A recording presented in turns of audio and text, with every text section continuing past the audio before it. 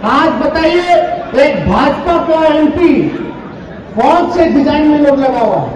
एक भाजपा का एक एमपी है दिल्ली का, वो ज्ञान बांट रहा था कि अल्पसंख्यक जितने हैं, मुसलमान जितने हैं, जो रेहड़ी पे फल बेचते हैं, जो गुमटी में दुकान खोलते हैं, वहां से कोई खरीदी मत करो हिंदू भाइयों, कोई उनसे खरीद मत करो। बताइए क्या सोच है भाई? जरा उस सांसद को बता दीजिए, भाजपा वालों को, कि जितना डीजल पेट्रोल आता है सब मुसलमानी कंट्री से आता है, तो क्या डीजल और पेट्रोल लेना कम कर देंगे क्या?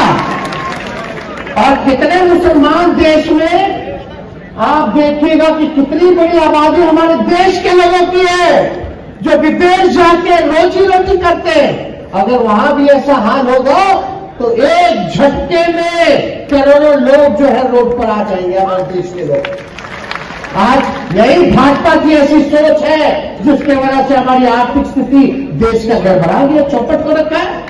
अगर आपने चैनल को सब्सक्राइब नहीं किया है तो जरूर सब्सक्राइब करें, बेल आइकन भी प्रेस करें ताकि खबरें आप तक बर वक्त पहुंच सकें। मजीद अपडेट्स के लिए आप व्हाट्सएप ग्रुप भी ज्वाइन कर सकते हैं, लिंक डिस्क्रिप्शन में मौजूद है।